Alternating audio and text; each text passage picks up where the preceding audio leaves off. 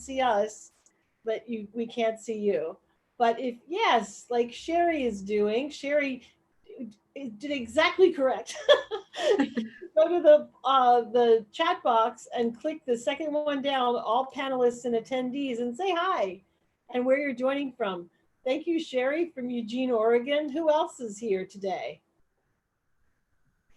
Hey, Freedom. Freedom from the DC area. Do you know Freedom? Mm-hmm. Yes, She's she's one of Smile. She's from Smile. Awesome. Oh, Hi, somebody raised their hand. Chicago, and Angela from Eugene. Got a few Eugene people in the house. That's awesome. Earlier there. How are you recovered from fires, Angela and Sharon? How are the fires around you?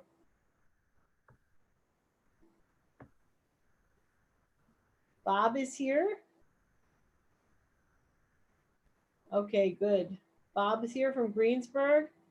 Can breathe again. That's important. There was a very famous Lung Cancer Association slogan that said, if you can't breathe, nothing else matters, which I think is pretty true. Maggie, greetings, Maggie. Welcome back. Awesome. And we're going to get started in just a few seconds. Just waiting for a few more people to join, and it is the hour, so I'm going to get started. Hi, Tara. Nice to see everybody. Okay, well, today, you advance to the next slide, Andrew. Alejandra from Nami El Paso, welcome, and Vivian or Carl from DC. Today we have Beth Kim and Courtney Thompson Simpson back again. They were here last week, and we're going to launch the poll and see how many of you were here last week as well. Their topic is emotional intelligence and the path to cultivating enhanced communication to ourselves and others. And they are going to be taking it away in just a minute. And if you would be so kind as to answer the poll, that would be great, just to know how many of you are returning and how many of you are new. And before they get started, just want to remind everybody about the ways to engage. There are two of them. One of them you're already using. Andrew, that's your cue to advance to the next slide.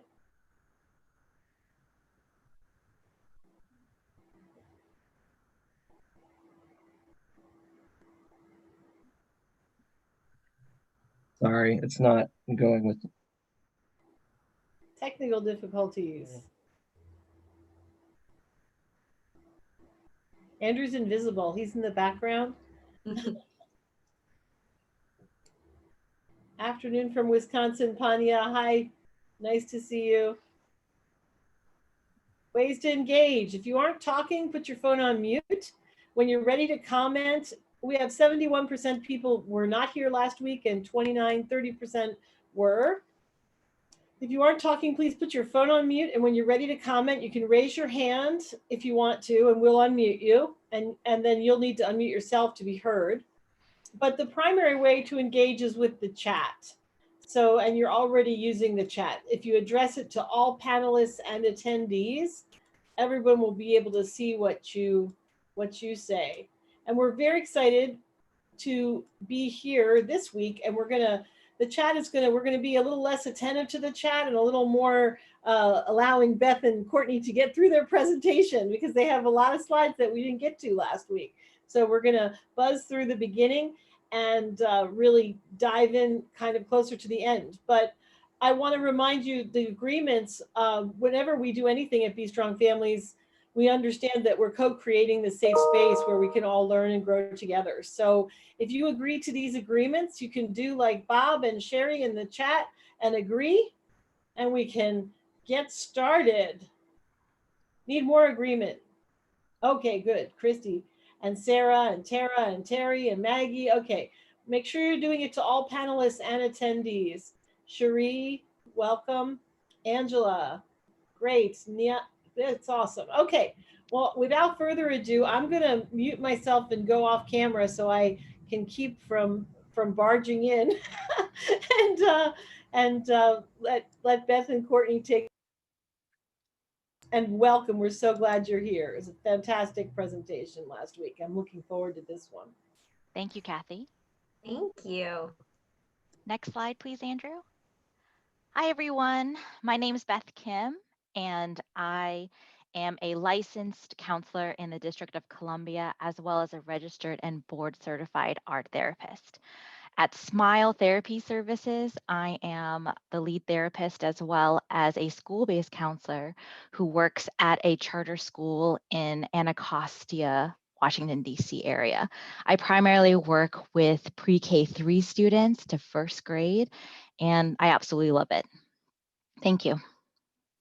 Hi, everyone. I'm Courtney Simpson. I am one of the program managers and school-based therapists with Smile Therapy Services. I'm a licensed graduate professional counselor in Maryland and DC. I currently work with elementary and middle school babies. And yeah, I'm just happy to have you guys all here. Welcome. Awesome. So we're just going to breeze through this a little bit. I know it's a little chunky, but essentially emotional intelligence is the ability to recognize, understand, and handle your own emotions and those of the people around you. So the way that I've come to understand emotional intelligence is that IQ is what we use to understand the world around us.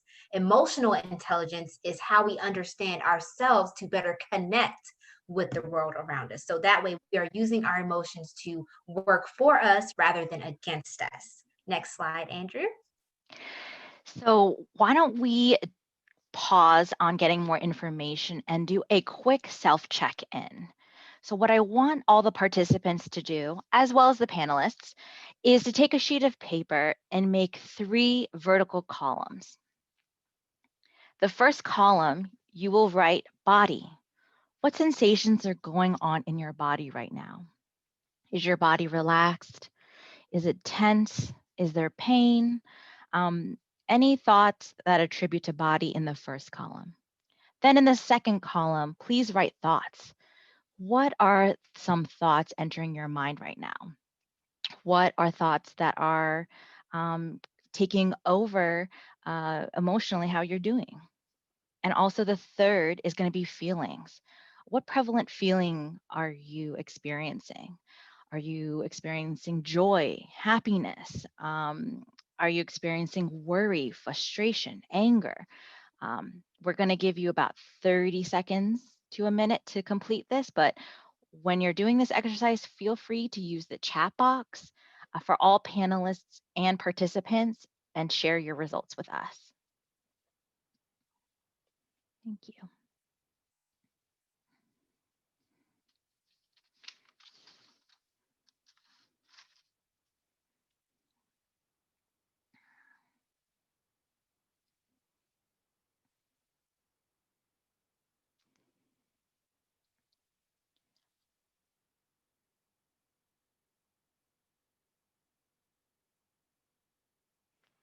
And remember, not to have any judgment or preconceived notion that it's supposed to be a certain way of how you do a self check-in. It's just how you're doing in the moment.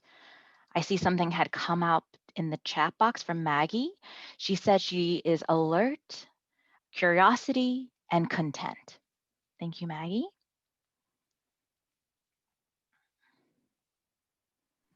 I will say for myself, I am feeling energized and relaxed and excited. Yeah, I would say that I'm feeling a little, I don't know, it's like a little antsy. It's like I keep bouncing in my chair and I'm also like like I feel very tingly, like all over the place. Like I'm excited, but I could be a little anxious because my husband's singing and I'm like, please stop it. I want a webinar. And Yvonne said, good afternoon as well. Lauren said, annoyed, hungry, ready for this webinar. We are ready for you, Lauren. Yes, we are ready for you as well. And I do invite people, if they have any kind of like negative adverse reactions, frustrated, angry, preoccupied, kind of imagining like an invisible box where you can kind of put those feelings in to bring your presence into the moment. I think this is a really good mindful exercise. I do this with my clients and my family members. just whatever can help you bring you to the presentation today. Hi, Lisa. Lisa's from Maryland. Hilda said anxious, positive, and happy. Okay.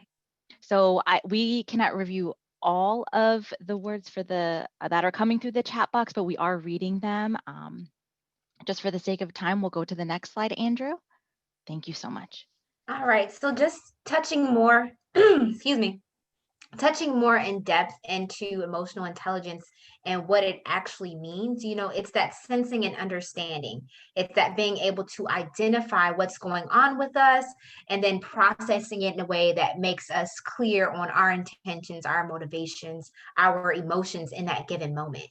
Right? We're managing, this is that push and pull of making it work for you, not against you, understanding how to utilize it so that we can connect better with our environment and those within our environment, being able to communicate, right? We're also receiving the information, but how are we portraying how we're feeling? How are we navigating what it is that we want to accomplish through our emotions? That sort of thing. And then we also have to learn to discriminate, am I using this for good or am I using it for evil? Is it going to work for me or against me?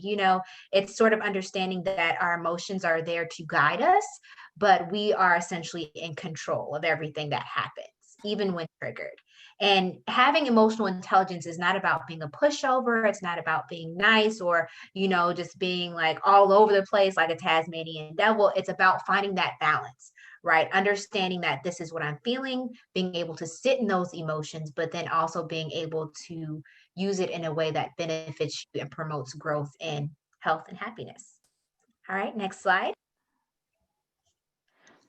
So now, as you can see from the graphic, there are a couple of habits that over time through studies they've identified as common traits among those with high emotional intelligence. Now, this is not an exhaustive list, but what we did was we also looked at some ways that this might translate into our everyday lives, right? So say for instance, you have someone who's able to take criticism and feedback without making it personal.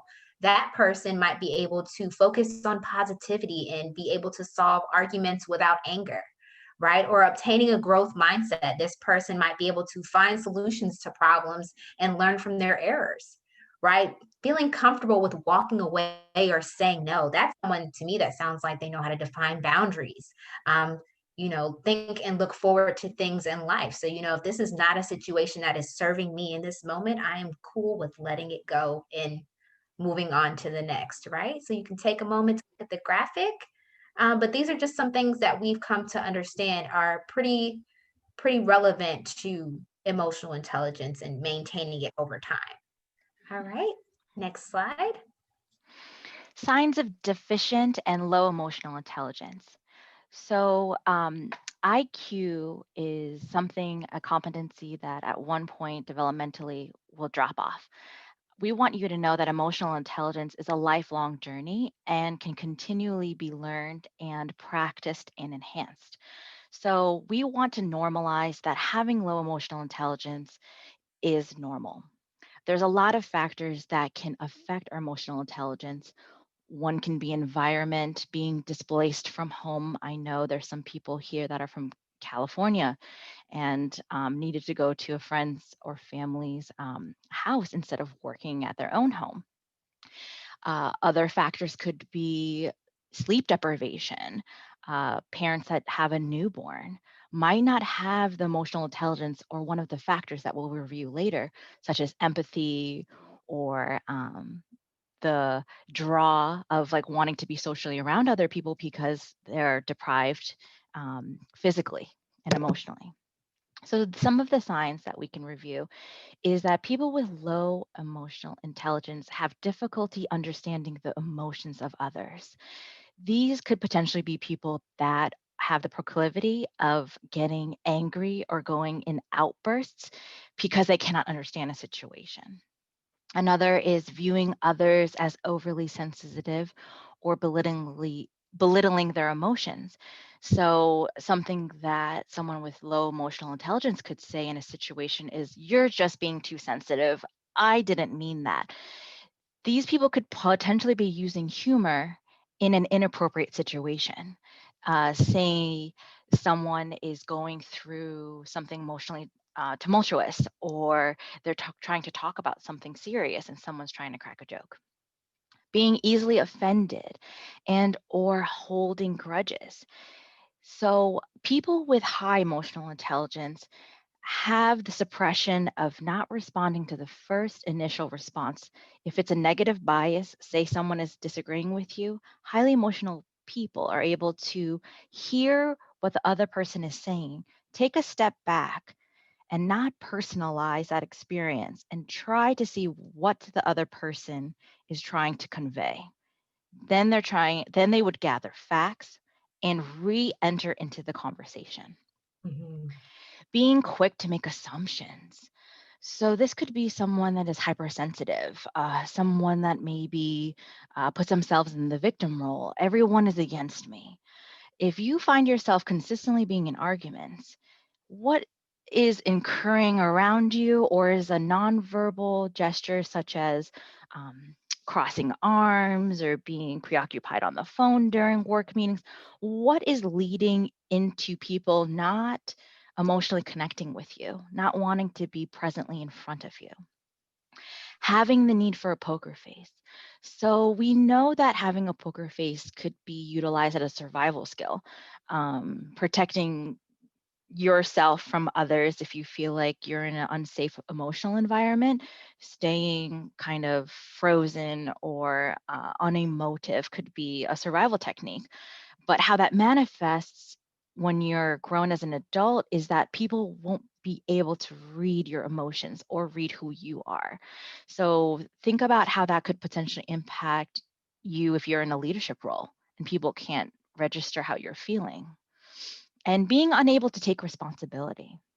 People with high emotional intelligence are able to understand a conflict, a situation, and see what they had played in that part and see if it was a misunderstanding, um, if this was something that happened because of an external factor, such as sleep deprivation, a fight earlier with a spouse or partner. They're able to look at the situation at a full circle. Thank you. Next slide. The social brain. So simply, the social brain is a study of two brains interacting with one another. Goleman is the researcher and top theorist about emotional intelligence. He has several books out right now, bestsellers. Harvard Review has put his book on the top list for several must reads. And Goleman had done a research, or had put in his book a research study by psychologist William Eichel.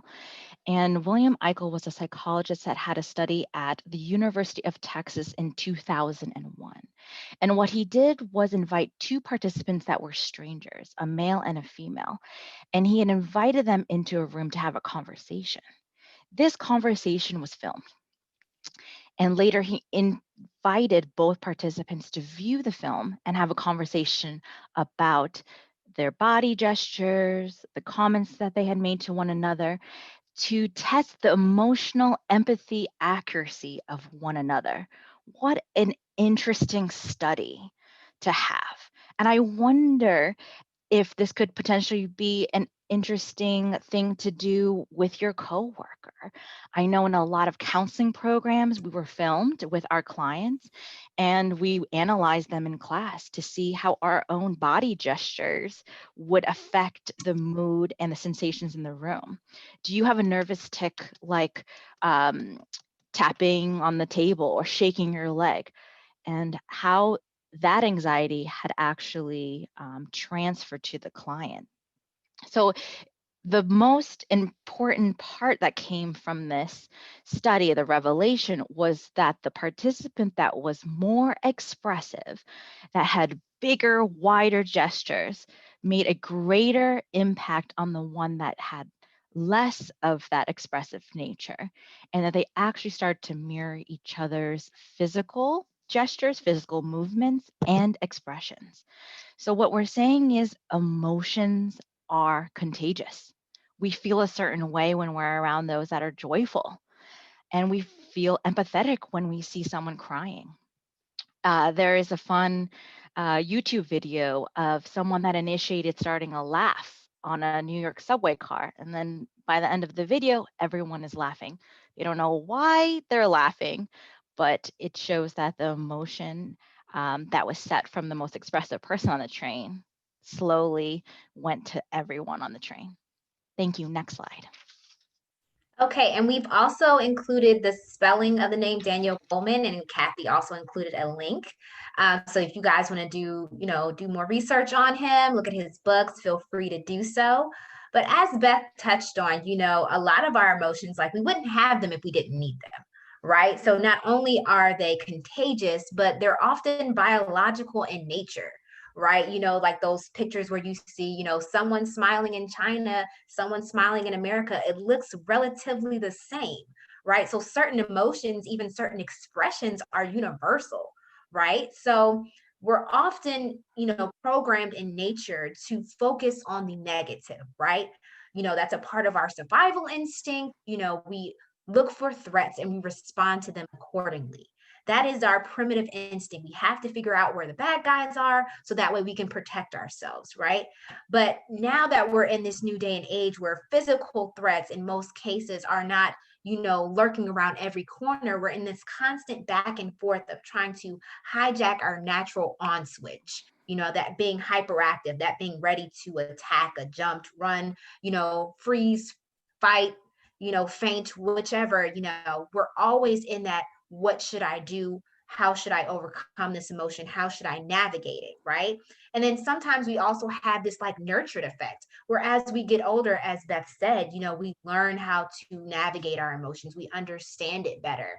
We're overcoming these traumas and these stressors and these triggers using mindfulness, using communication, all these other skills that we develop over time that help us sort of come in tune with what we are experiencing and how we connect with our world, right? So for example, when we see a child having a tantrum in the supermarket and we see that a parent is having difficulty managing them, sometimes, it's very quick for us to respond depending on how we're feeling. We might even get triggered by it. I know I get secondhand embarrassment sometimes if I see someone fall or stumble like that, but it can also be whereas one person who might be on the lower end or might have lower capacity for emotional intelligence might see, that child needs to be disciplined, they're doing too much, the mom or the parent is just lacking of control and responsibility, whereas someone with high emotional intelligence might see it as, I'm wondering, what's going on, what triggered the child, does the parent need help? Maybe I can help them in some way, or I feel how they're feeling in sharing that moment of emotional stress, just because we've all been there at some point in time, right? But this can also lead to some sort of exhaustion, especially in these helping professions where we're constantly being empathetic, we're constantly exposing ourselves and sharing that emotional capacity with others. Sometimes it limits us to extend it to our own selves. So whereas I'm having, a therapeutic moment with a child in session, but then I have no emotional patience for my own child. So it ebbs and flows. It's a constant give and take, and we just have to extend ourselves the grace of understanding it's not going to be 100% all the time. Okay, next slide. So before I go on to this slide, thank you, Courtney. A term that we had learned in counseling, both Courtney and I, is something called compassion fatigue. And that is really what happens when you're emotively giving so much to another, especially the patient and therapist relationship. Thank you, Courtney. So how does emotional intelligence affect us in the workplace? About 58% of your emotional intelligence is responsible for your job performance. More and more hiring managers now are looking for applicants that have high emotional intelligence. That is more correlated to success than high IQ. $29,000 more can be in your bank account if you continually enhance and grow and foster emotional intelligence in your life. And about 90% of top performers have high emotional intelligence. How wonderful is that? So in Goleman's book, he reviews emotional intelligence in the workplace.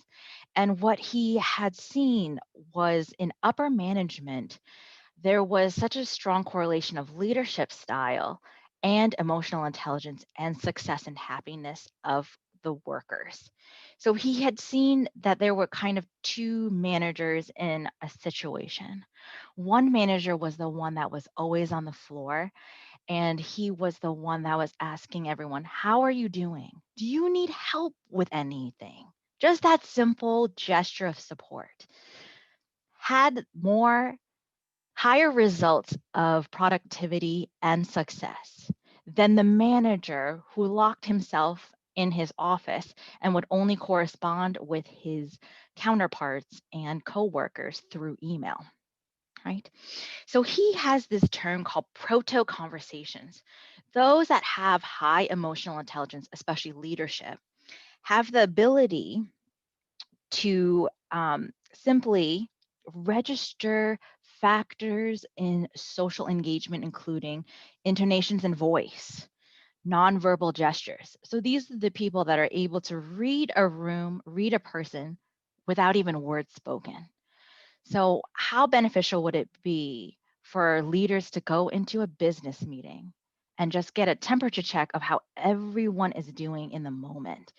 If you're a leader that stops before they go into the plan of action or whatever is on the agenda and notice everyone is slumped, people are on their phones, people look frantic, how wonderful would it be that leaders can slow down that process, invite everyone to take a deep breath, ask everyone how they're doing authentically, really, really gesturally, having a handout, being empathetic with their coworkers, how different we would feel about our day, how different would those workers work that day if they had a check-in like that from leadership.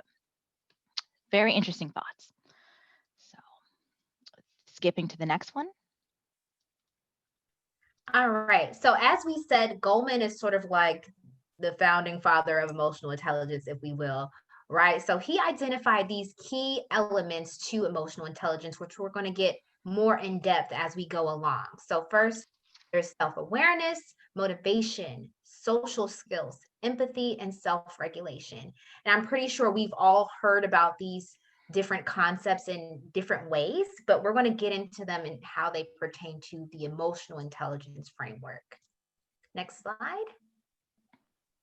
So we are just going to do a simple Zoom poll, and we're just interested in your own personal experience.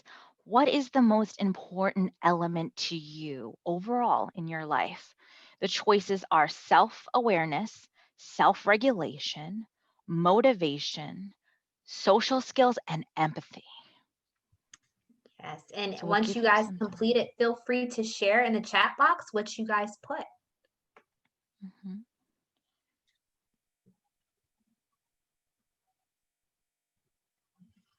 They're all coming in. And I would love to see, Courtney, how closely this matches the poll from last week with the different group that we had presented to. So it seems like votes are still coming in, but it seems like self-awareness is one of the most highly important ranked elements to the group right now, as well as empathy. Empathy, yeah. I mean, they're still coming in. That actually is really closely related to ours last week, the self-awareness piece. And if anyone in the group can write in the chat box why they voted self-awareness, just so we can share one or two of your responses, that would be great. Okay, they're coming in. I'm seeing a lot of self-aware. Okay, so from Lauren, I'll read that. It is important to me to be self-aware and for others around me to be self-aware, as being aware of who you are and how you are perceived helps to be able to communicate and connect better. Thank you, Lauren. From Carolyn, I have to be in the moment and aware of what's going on around me, in the conscious of what is happening right now. You all are bringing such a great point. There is so much going on right now. so around we're dealing with a pandemic. If we're providers and parents, we are having our children do virtual learning at home. If we are extroverts, we are learning how to socialize and connect socially with our friends virtually, right? There's such a pivot that we've all taken in how our life was before pre-COVID to what we're experiencing right now. Thank you. So it Mhm. seems like 48%, Courtney, is self-awareness. Yep. It looks like 47%, and empathy was a close second. We have Yes. regulation and motivation were kind of tied, and then social skills. So you all are correct. These are all key, but Yeah. I definitely see the self-awareness is a big Yes. one. And before we move on, Courtney, just the empathy part, just because it ranked high too, Madison had written, empathy to me helps lead to self-awareness and motivation, putting yourself in someone else's shoes. And I know a participant earlier had said that's the reason why she smiles, is to try to encourage others to smile, which is such a beautiful thought. I Thank like you. that. Andrew, could you please go to the next slide, please? Thank you so much, everyone. And the next slide. Self-awareness. So 48% of you said self-awareness was the most important element to you. And it simply is the ability to recognize and understand your moods, emotions, and drives, as well as their effect on others. So some aspects of someone that has good social self-awareness, sorry about that, is self-confidence, realistic self-assessment, recognizing their areas for growth and shortcomings, and is willing, sorry about the typo, to be vulnerable and upfront, and defines and respects their boundaries. So Goleman presents a theory of how our brains process ourselves in relations to others, and these two processes is called low road and high road. So low road is our instinctual, emotional based way we process interactions. So, this is just how we read body language, facial expressions. And high road is really the logical, critical thinking part of the interaction. We use high road to communicate, tell stories, and make deep connections. So, I will share an example of how my high road and low road affect um, me to this day from something that happened in my early childhood. So my birthday is September 4th, which is around Labor Day. And I've always had, as a child, low attendance because everyone is at summer camp or they're getting ready for school. So I have had that initial ingrained experience, early childhood experience that correlated my birthday with low attendance, which really impacted my self confidence and my ability to connect with others. And how that's impacted me now is that on my birthday, I have kind of butterflies in my stomach or anxiety that will repeat itself, even though the room is full of people. So the reason I'm sharing this is sometimes our initial and previous early childhood experience can really impact our ability to be self-aware of ourselves and others. I was not being present in the moment as an adult when there's a room full of people. I was almost stuck back into 5-year-old Beth, 9-year-old Beth.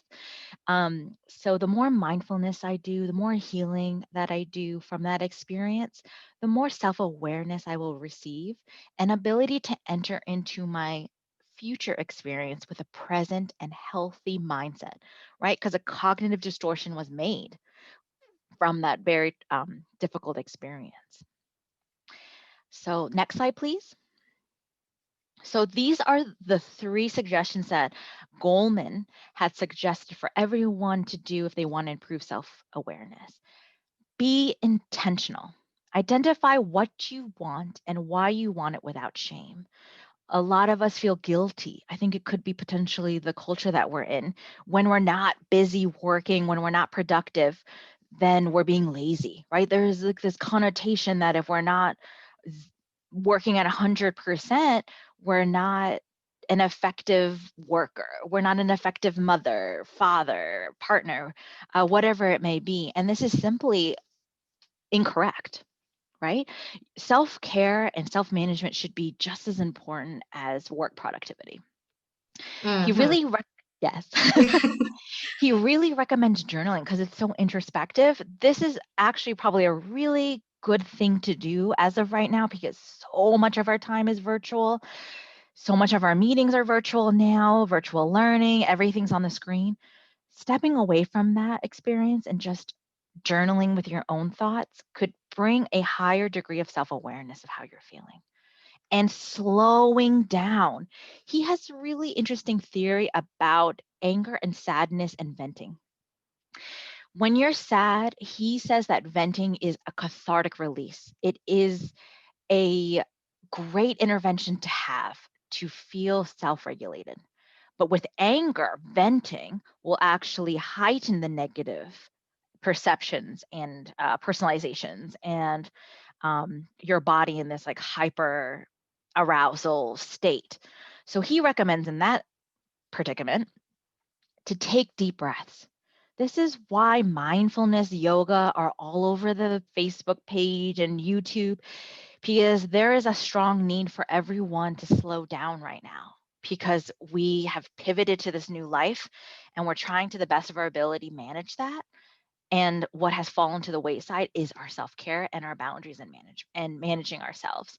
So take the time today to slow down. One of my supervisors had this wonderful exercise where she asked us to look outside for 1 minute, quiet minute, and then come back and just share what we had noticed. And it was such a mindful minute and such a relaxing exercise that everyone was able to kind of come back into the meeting more focused. It was just what we all needed. And she's wonderful. Next slide, please, Andrew. Okay, so now we're getting into the self-regulation. And so this is what I like to call is the deciding on how to act once you've gained that self-awareness. It's that pause from which I can decide what am I going to do about what I am feeling, right? And so as here, self-regulation is not only the ability to monitor and control our thoughts, emotions, and behaviors, but to make sure that they are aligned with our desires and goals, right? And so a quote that I used last week was, your ability to generate power is directly proportional to your ability to relax, right? And so it's almost like if there's nothing in your cup, then there's nothing to pour out. There's nothing to give. There's nothing to provide to anyone else. And sometimes it's that act and that practice of self-regulating that helps us to recharge. Like Beth was saying, taking that mindful minute to slow down and to assess. And then from that self-regulation of calming ourselves down and thinking about ourselves introspectively, can then we decide the best course of action. You know, it's like an African proverb. When there's no enemy within, the enemy outside can do us no harm, right? And so sometimes our biggest competitor, our biggest Debbie Downer, our biggest, assault against our own peace is ourselves. And so sometimes it's a part of that self-regulation to understand what is going on and to act accordingly. So thinking before we speak or making important decisions. It's okay to say, I don't know right now. It's okay to say, give me some time, right? It's okay to have core values and beliefs change depending on the need, right? Like I definitely value going to bed a lot earlier now because I understand that my days are starting earlier now, or that I might be working longer hours. So going to bed at 9:30 doesn't seem like such a big, like, oh, you're such an old lady now, as compared to when I was out and about and being able to go places with friends and family, right? Being open to change. And if you see, we say thermostat versus thermometer. When we think about a thermometer is dictated by its environment. It goes up and down, but it never is in control, right? But a thermostat sets the tone. So wherever you set that pacing, that's where everything else will be in alignment.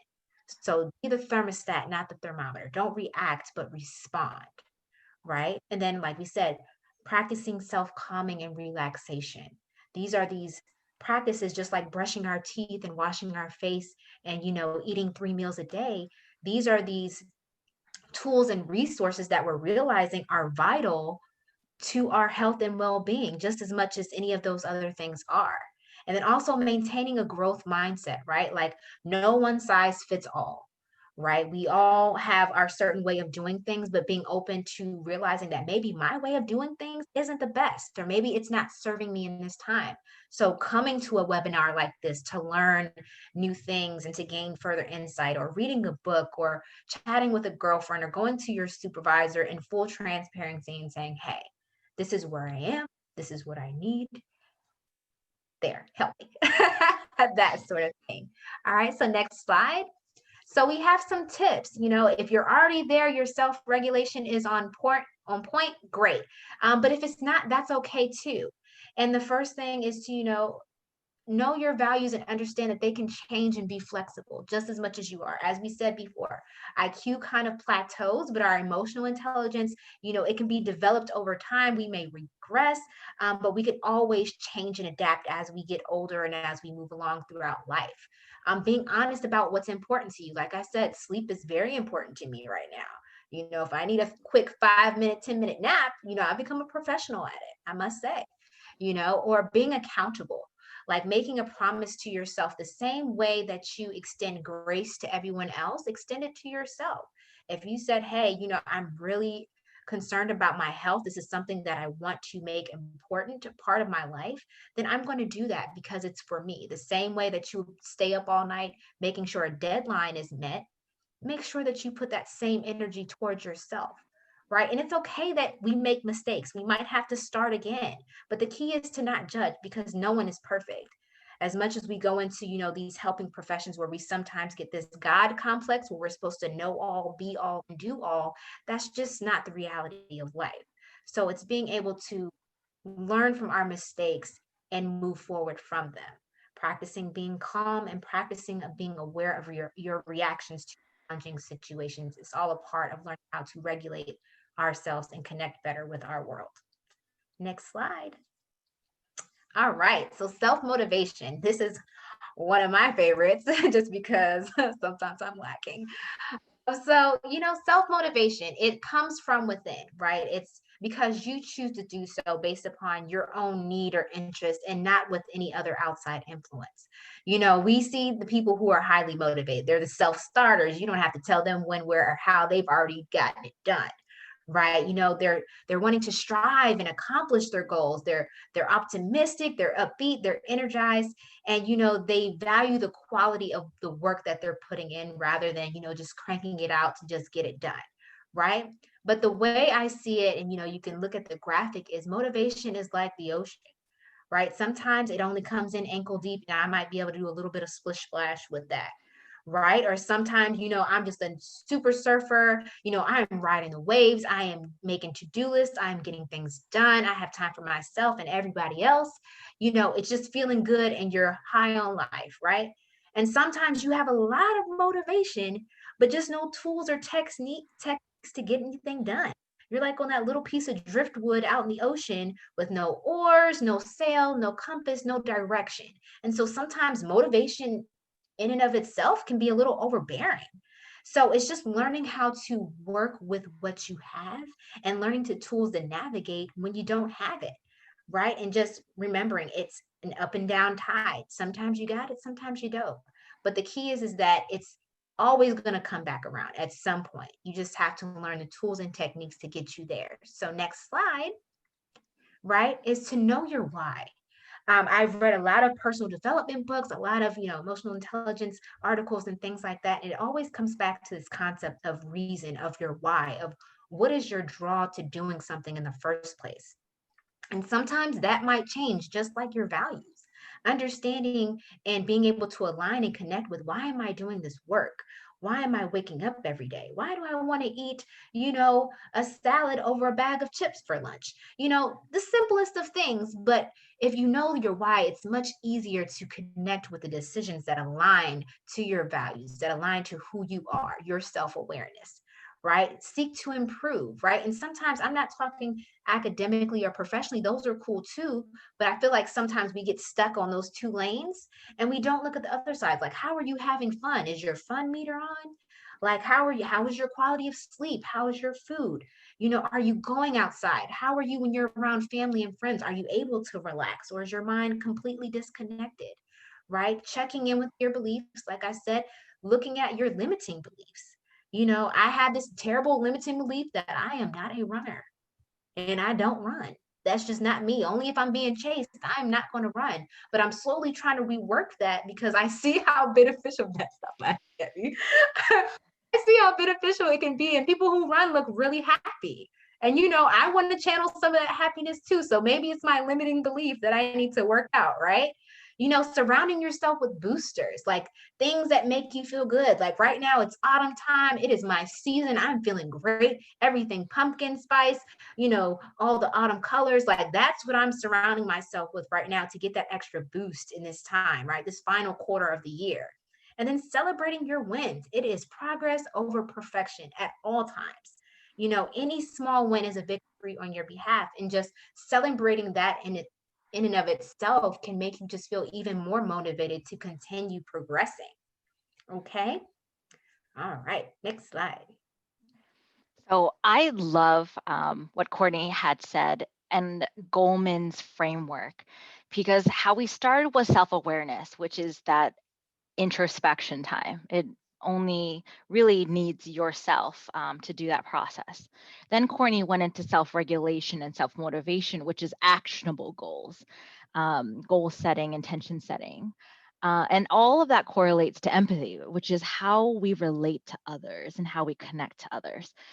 Kim, just to read some of the things that people had said, Kim said that self-awareness for me helps me look at myself or even examine what thoughts are. Maggie said, it's becoming more important to me to be self-aware because I don't realize how I impact the room. I think of the look on my kids' faces to when I'm focused on as a target. Lisa said, I choose self-awareness because I'm reading this, because I need to maintain a sense of who I am and a sense of who I am and whose I am. One must understand oneself before they're able to understand anyone else. So these are all really good points of self-awareness, as well as people starting to really connect that when you're more in tune with how you're doing, the more you're able to understand how you'll impact others. Teachers right now are virtually learning, and they are the focus in the room. And some things that I had mentioned to the teachers at my school is like, what would it look like if you didn't just go to bed and just start the academic process? What if you gave yourself a gentle rise where you had a cup of tea, you listened maybe to a podcast, or you walked outside and then entered into your job? And a lot of them had said that they had felt better taking some autonomous time for themselves before they did something for others. So really filling that well. We always talk about that in therapy. If you feel like all your reserve and your capacity is depleted, like what can you do for yourself to fill that, right? So, signs of an empathetic person is being a good listener, actively listening. So, do you listen to respond or do you listen to empathize? Some people don't need in the moment what can solve the problem. They might just need you to sit in the grief and the pain in the moment, right? Just kind of going over these, not all of these, but just a few that I think are really important, is also being creative. So if you feel like your well is very low, what are some ways that you can improve your empathy in yourself? Some things that I would recommend are podcasts. I really love Bob Baker's self-affirmation podcasts. I listen to the morning affirmation and evening ones, and they're about 10 minutes each. And I feel exponentially better as I rise and when I go to bed. And there was actually one about gaining more money in your life. And I am not kidding you. In that same week, I was able to get an 87% discount on a therapist toolbox where I can have free resources. I got a promotion at work. I have like an apartment that was like $100 less than it was the week before. So intention and mindset are really, really powerful tools that anyone can use to improve empathy, gratitude, self-awareness, self-regulation, motivation in their lives. Next slide, please. So, like I said, listening and receiving information, asking others, what they need instead of like putting a preconceived notion of what they need to do, and being honest with yourself. I made lots of social evening calls with friends and I just did not have the capacity. And I had to be honest with myself. Will I be really able to effectively listen to my friend at this state after like 7 back-to-back sessions? No. So, what can I do to define a boundary and be direct in what I need in the moment with my friend, so I can give myself time, right? And next slide. So, social skills, instead of reading all of this, I would like to know either from Courtney and from the participants, how has this time during this pandemic, during COVID, how has this impacted your social life, the social landscape, your ability to connect with others? How has this time affected you? I know for me, I think it just highlighted how much of an introvert I actually am, because not having to like make up an excuse not to go out has been lovely. I'll just be like, it's a pandemic. I can't go out, but catch you next time. I think just needing that time to slow down has been very beneficial for me. But I've noticed like I'm a lot more, like you said, honest about my boundaries. Like, hey, I can't talk right now. Can I call you back when I'm available mentally and emotionally? Yes. That sort of thing.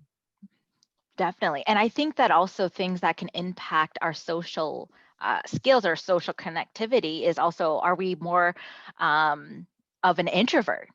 Are we really loving this time to be at home and having this time? Are we extroverts and we're really lacking being surrounded by other people physically, right? It's a good way to kind of understand how people are dealing with this right now.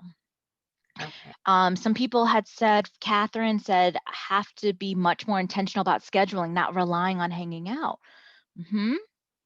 I'm like Courtney, Yvonne said, introvert, but enjoy the time with my husband and daughter. I think I'd be lonely if I lived alone.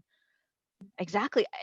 Thinking about the people that live alone right now and how this pandemic has really affected depression, anxiety. Very good points everyone is bringing. Next slide, please. Yep. Mm-hmm. So these are just some skills, practicing communication in whichever way you feel comfortable with, finding your tribe during this time. Just because things are more virtual, you'd be surprised the different groups, different clubs that are out there. There's workouts online now more often, even yoga and kickboxing, going bike riding, things like that. Just finding any way that you can to stay connected, but it's okay if you need to unplug, right? Because that's a part of that empathy. Courtney, can I mention one thing that Goldman had suggested in improving social skills as well, is finding a secure base. And what that simply means is finding a place to recharge before interacting socially. And what this does, it helps you process and learn from each social encounter. So what I think I would recommend is finding a secure pace that doesn't involve a virtual screen. So this could be reading a book, taking a walk, going outside. So just a few things that could be suggested. Next slide, please. Yep. And this is just a quick, like, little, gift. If you're someone who struggles with social skills or learning how to communicate more effectively, just keep it biff. Keep it brief, keep it informative, keep it friendly, and keep it firm. And this can go through, when we're self-advocating, when we're communicating to other people how we're feeling or how we're thinking. If it's talking to our children, talking to our clients, if there's ever something that you're having difficulty communicating or, just talking about, it's best to be brief, informative, friendly, and firm. So keep it biff, y'all. Next slide. So what does it mean to live with emotional intelligence? Okay, we can go to the next one. So, it's more than just feelings. As I stated earlier, we wouldn't have these emotions if they weren't key to our survival, if we didn't need them. But, just like we need sugar, we must regulate that need for sugar. Too much can do us harm. So it's the same way. It's learning how to navigate not only our logical brains and, our environment to our best of our abilities, but that emotional as well. Learning that our emotions are not something to be suppressed or ignored, but that can be used as a resource to help us thrive in life and not just something to bypass completely. Next slide.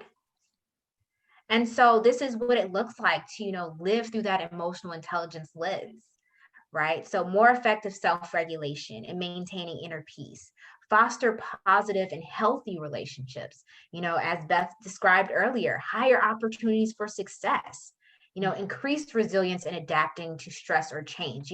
Having high emotional intelligence doesn't mean you're not going to have any woes, but it's just understanding that you can get through it, right? Support greater sense of self and purpose, aligning with that why and connecting to who you are and what you want from life. And then nourishing that compassion and strengthens the abilities to learn and also teach others. As you learn to be more emotionally intelligent and self-aware, you can then extend that to your circle, extend that to your kids, pass it on, to whoever you come in contact with. Next slide. So this is the time to plan. And can we go to the next slide? So just a few things that came in the comment section, the chat box that I thought was nice for everyone to read is that Amanda had recommended an app. I'm going to look into this as well, called Insight Timer. And it's a free resource that has free meditations, sleep stories, soundscapes. And this is specifically geared to children, and she recommends that it's amazing. So I thank you for that recommendation. Before we get into this, Goldman had shared a study that kind words, physical touch, and a song from your childhood improves the vital signs of those that are not feeling well or maybe experiencing depression or anxiety. So what is that song maybe in your adolescence or your young adulthood or something that just always makes you feel good that you can play for yourself today? So leading into that, I would like everyone to look at their list that was the self-check-in list with how everyone's body was feeling, what thoughts and emotions were present, and see where you feel like you would like to spend more attention to this week, this month, this year. And then you're going to write a statement, I commit to take care of myself by. So me and Courtney had shared lots of different ways to improve components and elements of emotional intelligence, but you can also share in the chat box what some of your commitments are. Yep, and feel free to share. I think Yvonne said not to be available to everyone. That's very good boundaries. Yes. Lisa said by losing weight. Awesome. Mm-hmm. Okay. And, going back to the gym, and I'll share with you too, I made this list that says yoga, walk, water, and create, and take a break. So I actually needed a visual representation of what self-care looks like. You can make your own as well. Whatever works for you. But I needed a visual guide to check in with myself. Accountability for self-care. Amanda, I'm in a yoga training right now, and we have accountability buddies. So I have someone that's in the program that checks in on me from time to time to see if I'm doing yoga and how I'm taking care of myself. You can find someone in your life that you feel like would be a good accountability buddy. Andrea said having a cup of tea myself each day. I love tea. that. Maggie said I have to follow nutrition instead of lose weight and use music and motion for exercise. It's how I psych myself up. Yes. I like All right. that. We're getting to the end of the hour, and I just want to thank you both very, very much. This was a fabulous Thank you. Thank you, Kathy. workshop, and I know everybody is, and you can keep writing in the chat. It will help you with your accountability to write it down and actually be there for others to see as well. And I guess you can read the quote. I just want to be very mindful of people's time and time if it's possible. upcoming webinars. So I want to thank Beth and Courtney a lot and just remind everybody that we're here every day at this time. And tomorrow we're going to be talking about providing or May Real will be back, how to be a helping hand, providing a safe response to people impacted by gender-based violence. And Thursday we have Angela Johnson is how to develop a mindfulness practice for whole health, spirit, mind, body, and earth. And then on Friday, Alexandra and I are holding space. We're going to be talking about pandemic fatigue, surge capacity, and the limits of resilience. So join us tomorrow, the next day, the day after that. We'd love to see you again. Next slide, Andrew. You get through these. Oh, well. What happened? I wanted to remind you to go to the Together for Families conference. If you want to, it's next week and registration ends on Thursday. So use our discount code, Be Strong Families, BSF. And we organize the equity track. It's going to be a fabulous conference. Look at all these organizations who came together to make it happen. It was going to be in person. Now it's virtual, which is in some ways even better. Next slide. Just to remind everybody to amplify. Share on social media what it means to you to live with emotional intelligence, your actions or takeaways from this webinar. The point is that we need to amplify the things we want more of. We need to put that energy out there in the world so that we can create the I don't want to say new normal. I want to say the world that we want to live in. So thank you everybody for being here. Thank you. If you or your colleagues would like to host a webinar with us, contact me. Courtney and Beth did. That's where they came from. And it was wonderful. So please fill out the poll before you leave. And thank you everybody for being here. Amplify life. Good. I'm glad you love the webinar, Hilda. Thank you, everybody. Thank you, Courtney. Thank you, Beth. Thank you so much. Thank Have a you. It was fabulous. Take care of yourself today. You too. Bye-bye.